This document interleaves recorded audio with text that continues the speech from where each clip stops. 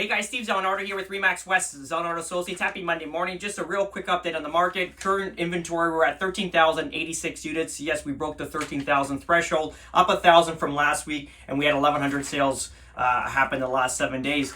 So it's again, we're going into a spring market. You're going to expect this. I hope probably by like June we're at 17,000 units, and we're going to be more of a balanced market, because still currently right now there's a hit and miss with some properties still edging up and getting some high dollars when they sell, but ultimately 90% of them not doing too well. I'm going to give you an example. I know there's a lot of people reporting that it's still a bullish market and they're all very optimistic. I don't know what signs they're reading, but what I'm seeing now is obviously what I've been reporting here back every week.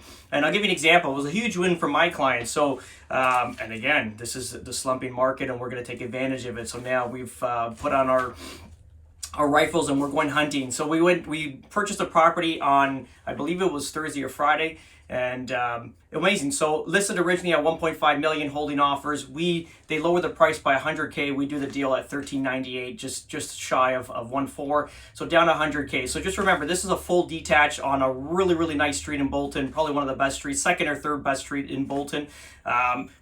Big pie-shaped lot. House was fully renovated top to bottom, but like overly done. I'm talking like spray foam basement walls. Like not only the exterior of the renovation was nice, but also the depth of what you don't see was done fantastic. I'm OCD, so this really points out to me. So everything was done in perfection. I'll give you an example. So semi-detaches were selling for like 1.3. And also small detaches, let's say single car garage, we're selling for like 1.4, 1.5. We bought a full double car garage, fully renovated on an amazing street, pie-shaped irregular lot, for under 1.4. So people are still reporting bullish markets. Naturally, we're in to what I made an example is like the Titanic hit the iceberg. It's split, but mysteriously enough, it's still floating and it's waiting for this big sink. So let's see what happens going forward. I know we are in the middle of selling our personal residence, and I have to give kudos to all my clients when selling a house. I mean, when we sold the house in Bolton, it was a lot easier than this house now in Nobleton. So definitely kudos to all you guys and the pressure that I put you guys under, because I know it's totally disrupted our family with preparing the house ready to get staged, cleaning, painters, cleaning services. We got someone coming in today to pressure wash the exterior, then we're going to seal it. We got some renovations still being completed. So it's like a million moving parts going forward. So definitely a lot of pressure on the family, a lot of instability currently in the household. And this is first-hand experience. So thank you, clients, for putting up with me all these years, where I just kind of drop it in your lap and you get the stuff done prior to us taking photos, and we get it sold. So I am feeling you right now. On another note,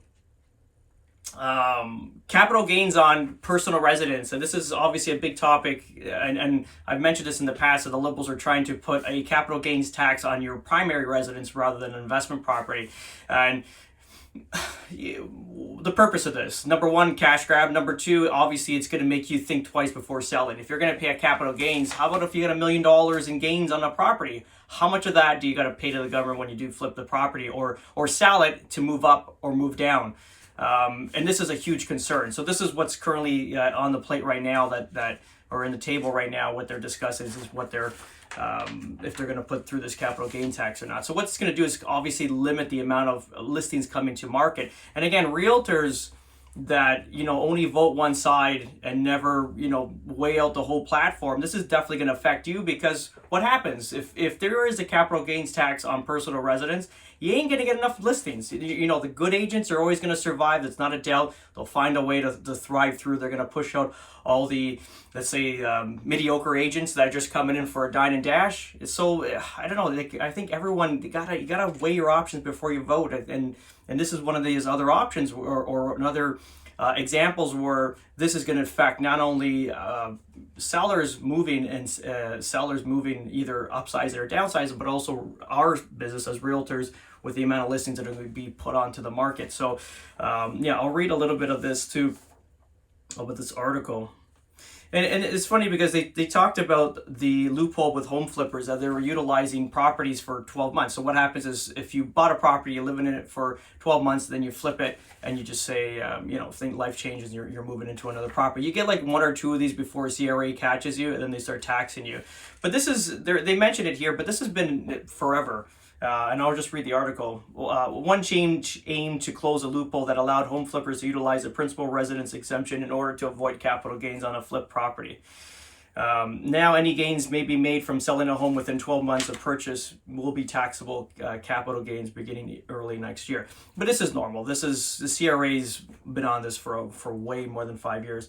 And then the article reads at the end, CRA has already been diligent in identifying individuals who mislabel their flip homes as primary residence, meaning the actual impact of the new change may be less than it seems. Exactly. So this CRA knows this. You get like 2 freebies, and then you start getting taxes. And then if you raise the red flag, they're going to go back to the other 2 and then tax you on those. Article reads why the government should want to avoid a tax primary residence sale. So the gentleman that wrote this article is on board with what our thinking is, and it says, well, the logic behind taxing primary residence seems pretty clear. By taxing the sales of homes, you make it less appealing to those looking to sell for an inflated amount, thus reducing some of the upward pressure on home sales. At the same time, the additional tax income could be put towards more housing initiatives. The actual results of such a change would not be so clear. So that's another thing, and that's kind of scary. And you got to start, selling your property, and you got to think of another tax. And again, it's going to be like Europe, where nobody moves. And if you ever see real estate in Italy, for example, like listings on the market for like 5 to 7 years. It's not like here, this constant movement of property. So, and also home ownership, like houses let's say in Europe, again, it gets passed down from generation to generation because housing is not as important, or housing is important for them for just a root for shelter, not as important for us as we need to change, get to different areas, better schools. We're spoiled in a sense, so we keep on moving, and then we keep moving houses and hopefully getting larger and larger in every move. So this is all going to change if this primary capital gain tax will be put into forward. But anyway, guys, have an amazing day, and we'll talk soon. Ciao.